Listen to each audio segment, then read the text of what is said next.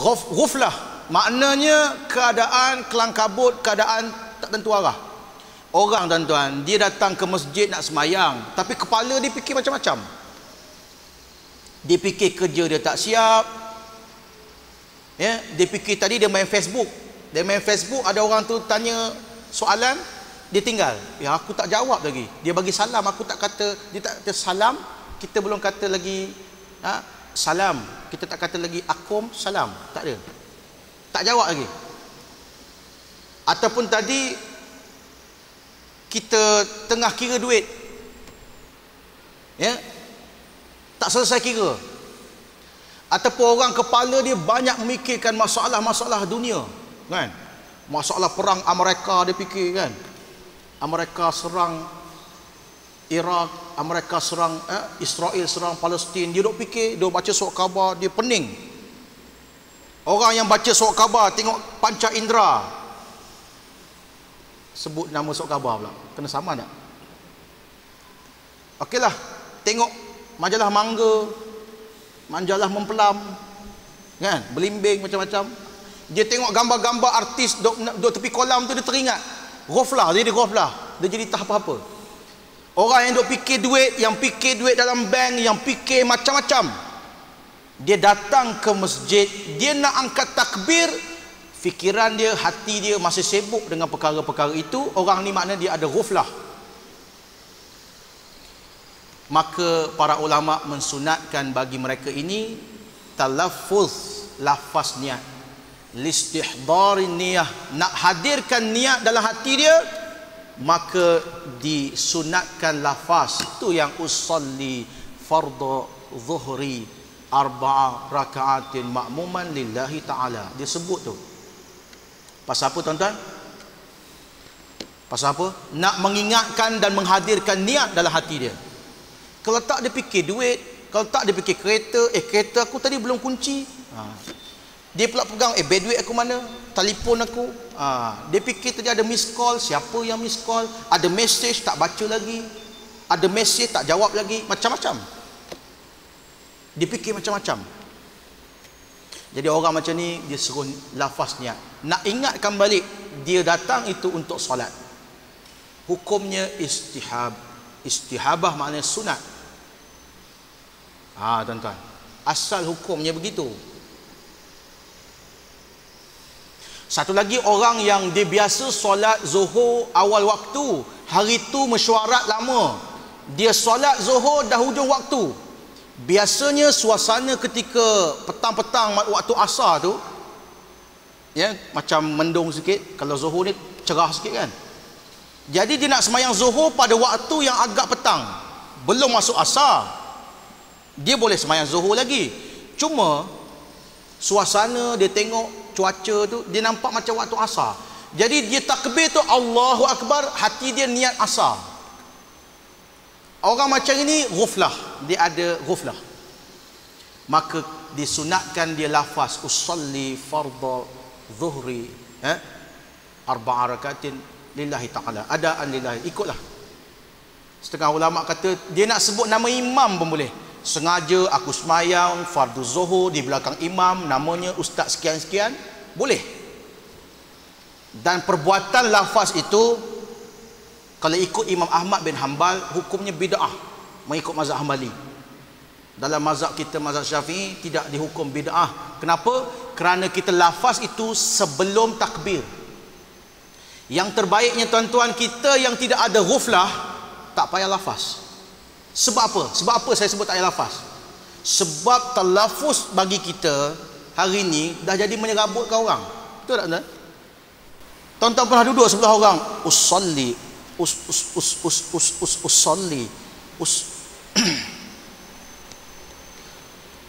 usalli usalli fardhu dia huruf dot tu dia sebut silap, tak betul. Usalli. Orang macam ni tuan-tuan, dia tinggal lafaz. Dia dah satu, dia was-was masa usalli tu. Kedua, dia was-was ketika takbir, nak masukkan niat. An-niyatu mahalluhal qalb. Ulama-ulama dalam mazhab Syafi'i sebut niat itu di hati. Bagi orang yang dia was-was ketika lafaz tadi dan ketika takbir, dia tak agak-agak, dia kena ingat balik niat itu asalnya di hati, ya. Maka dia terus takbir. Takbir tujuan dia apa? Membesarkan Allah. Allahu Akbar, Allah Maha Besar. Sudah.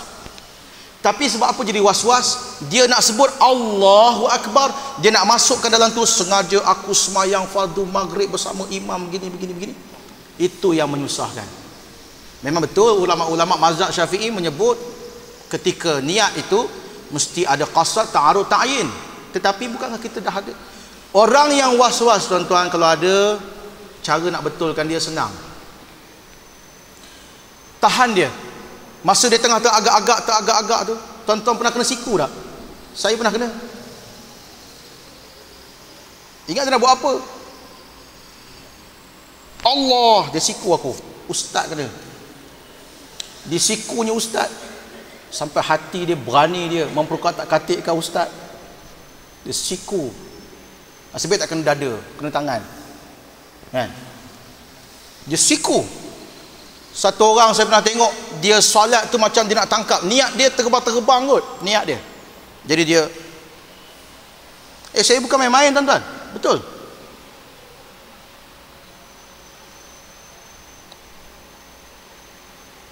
Dia goyang. Ingat nak menari ke apa? Allahu Akbar. Ingat sudah dah. Oh, tak jadi. Ini semua was-was. Orang yang ada was-was ketika talafuz dan ketika takbir, diajar oleh para ulama, antaranya boleh lihat dalam kitab Talbisul Iblis. Suruh dia berhenti kejap, tanya dia, abang macam nak break dance ni, macam nak menari hip hop ni, berhenti kejap. Yang rap sikit, usolli fard usolli, ayat ni berhenti kejap. Tanya dia, abang nak buat apa ni? Dia akan jawab apa? Saya nak solat lah. Apa guna saya ada di masjid dalam saf? Nak solat lah. Abang nak solat apa? Mestilah semayang Zuhur. Ni kan waktu Zuhur. Dia akan jawab macam tu. Semayang Zuhur berapa rakaat bang? 4 lah. Takkan 3. Betul? Abang ni jadi imam ke jadi makmum?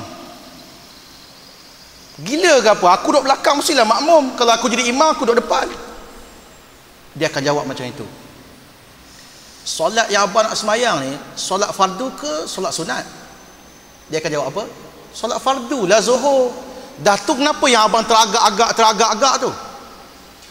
Guru saya, tuan-tuan, yang mengajar kitab ini, ya, syarah hadis ini, syarah Al-Imam Ibnu Daqiqul Aid, hadis ini, dia pernah bertanya. Syekh As-Sayyid Muhammad Abduh Sulaiman Al-Ahdal, seorang ulama yang pernah banyak mengajar di Mekah. Orang-orang Melayu, Patani, Indonesia banyak belajar dengan beliau, dan beliau balik ke Yaman. Di Yaman banyak kita belajar dengan dia, kitab-kitab fiqh mazhab Syafi'i. Ya, dan dia bagi saya ijazah mengajar. Itu yang mengajar ni. Kerana dia bagi ijazah. Ijazah ni mana? Izin. Dia pernah tanya sekali Imran. Dia kata, Imran, ليش الماليزيون والإندونيسيون يترددون في التكبير والتلفظ والتكبير ليش؟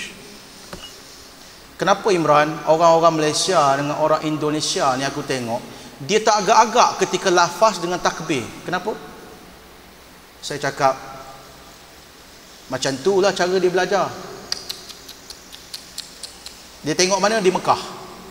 Tuan-tuan pergi Mekah, kalau tuan-tuan nak tahu orang Malaysia, tuan-tuan tengok yang tak agak-agak tu Malaysia tu. Malaysia, Indonesia. Mazhab Syafi'i Mesir tak ada, tuan-tuan. Saya pergi Mesir, relax je, Allahu Akbar, tak ada apa. Mazhab Syafi'i di negeri-negeri lain pun tak ada masalah. Kita je di Yaman, relax. Kita je. Tuan-tuan, kita lafaz usolli fardhu zuhri fardhu maghribi itu bahasa apa? Bahasa Arab. Bahasa Arab. Usolli itu fi'il mudhari', maknanya aku sedang solat atau aku nak solat. Bahasa Arab difahami oleh orang Arab. Bila kita pergi Masjidil Haram, yang sebelah kita tu Arab, kita sebut usalli fardhu. Orang Arab ni dia faham. Dia pun marah kita. Dia kata, "Ara anta salli, fasalli." Kau ni nak semayang lah, yang kau cakap tu buat apa? Jadi tuan-tuan bayang kalau kita faham bahasa Arab, dia faham macam mana? Dia nak takbir tu, dia dengar kita, aku nak semayang, aku nak semayang fardu, aku nak semayang fardu maghrib, aku nak semayang. Dia dengar tu, terganggu dia, tuan-tuan. Apa hukum talafuz? Para ulama kata lafaz itu asal hukum sunat, tapi bila mengganggu orang sebelah kita, haram. Lalu Syekh Sayyid Muhammad Abdul Sulaiman Al-Ahdal, guru kami, dia sebut, Imran, kau balik Malaysia, kau bagi tahu ke orang Malaysia, tak usah buat macam tu. Takbir aja membesarkan Allah, niat dah ada, mahalluhal qalb, niat tu dah ada di hati. Takbir aja, Allahu Akbar. Apa erti Allahu Akbar? Allah Maha Besar. Allahu Akbar, Allah Maha Besar. Kerja kita tadi kecil, duit kita dalam bank kecil, kerja kita tak siap tu kecil, Facebook yang belum sign out tu kecil, kita punya kereta tadi teringat dah kunci ke belum, kecil, semua kecil, kerana Allahu Akbar. Bila kita sibuk Allahu Akbar dengan benda-benda lain, bermula daripada awal solat tu kita sudah tidak khusyuk,